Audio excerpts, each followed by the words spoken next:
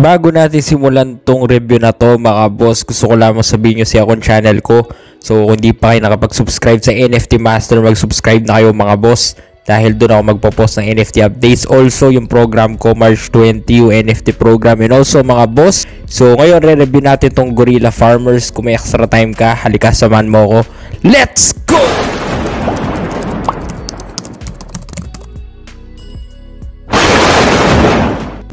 So ito na mga boss, Gorilla Farmers, no? So 3D characters to, yun yung nagsiseparate sa game na to.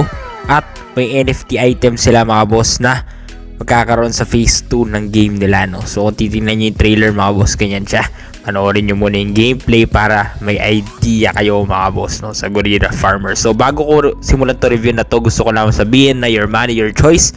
Nasa inyo pa rin ang decision mga boss. I'm not liable to any NFT projects mga boss. So big disclaimer bago natin simulan tong NFT game review, nasa inyo pa rin po ang decision when it comes to play to earn NFT games. Okay? Ngayon mga boss, let's continue. So you can prepare your Gorilla. Okay? So actually magkakaroon din ng metaverse dito in the future mga boss. Yun yung inaabangan ng iba, no?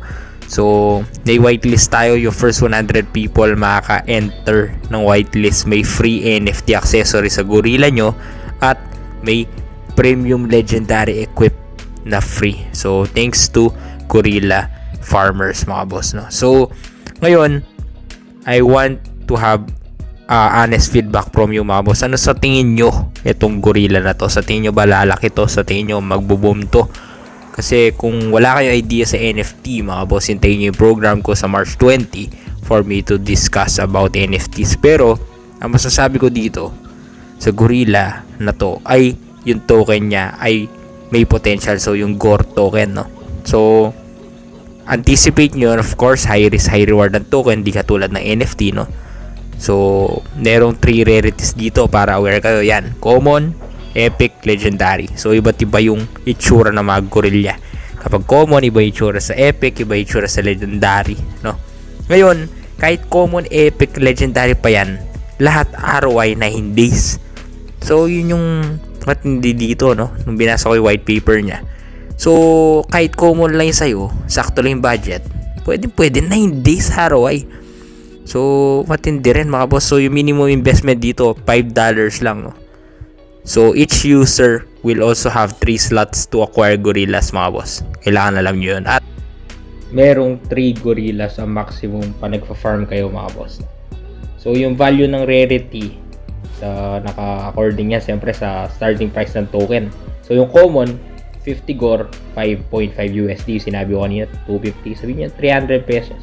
Yung epic 11 USD, so 500 pesos. At yung legendary 22 USD, so 1,000 pesos. So parang ano din, no, Hydraverse yung mga pinapascholar natin dyan. Comment down below sa Hydraverse mga boss.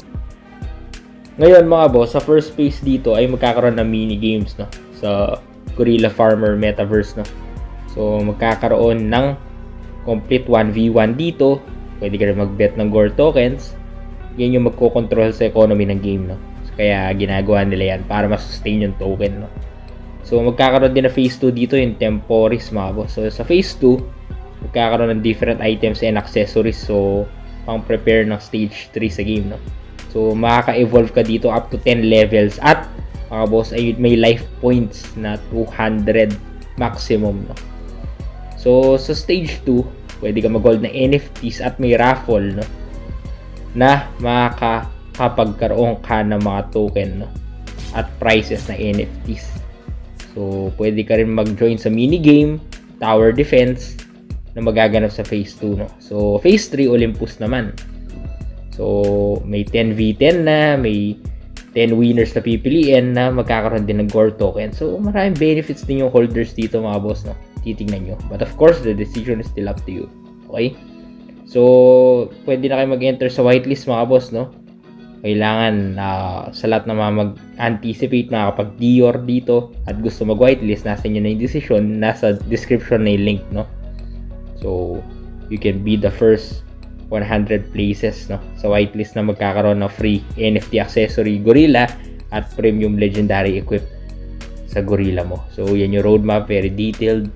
So yan yung diniscuss ko kanina na phases, no. So in detail ko na diniscuss at in-explain ko na rin para madali nyo maintindihan.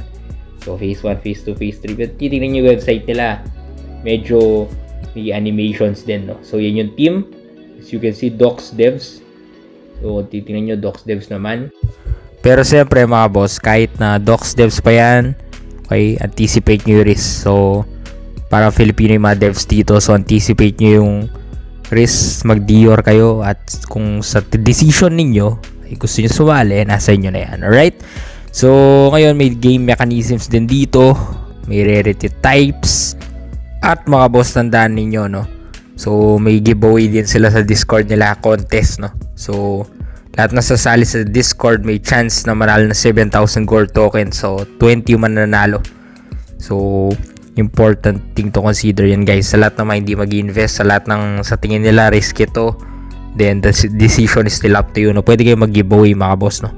So at least alam nyo na may second option kayo mga boss. And also mga boss, yung NFT program natin, okay, kapag na-release na, meron tayong group din doon mga boss, no? But anyway, I want you to check this out, no? Gorilla Farmers. So nagfa-farm ka, nagpe-PVP ka, kung mahilig ka sa gorilla, gusto mo yung ganitong klaseng game, okay, na tapos sa tingin mo may tiwala ka sa devs na hindi magrarag to, okay, then invest ka dito, nasa iyo na yan, okay? The decision is up to you.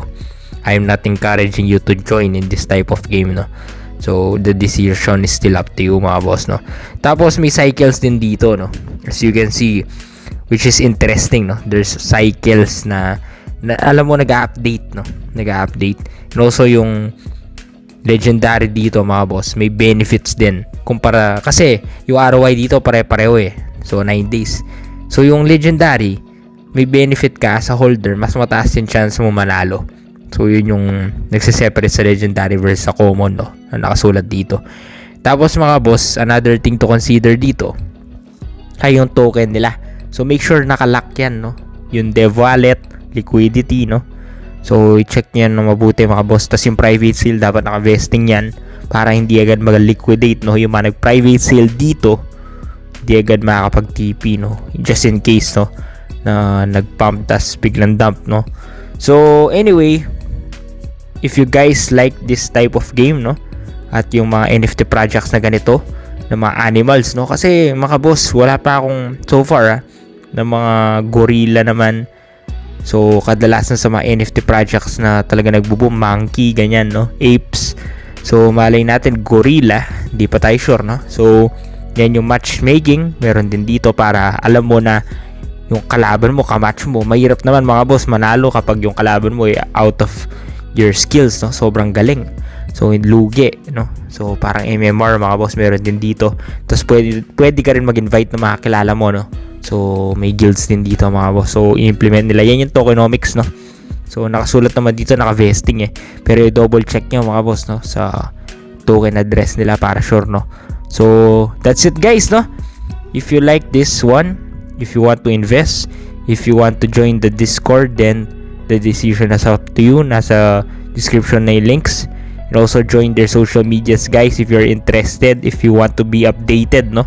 Para unang-una kayo sa latest updates and giveaways nila. So yun yung roadmap nila, is very detailed. It has potential, but of course you have to anticipate the risk in everything, no? Yun yung social medias nila.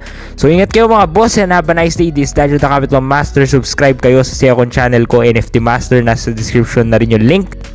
At yung program sa 20 na yan mga boss, no? So have a nice day mga boss!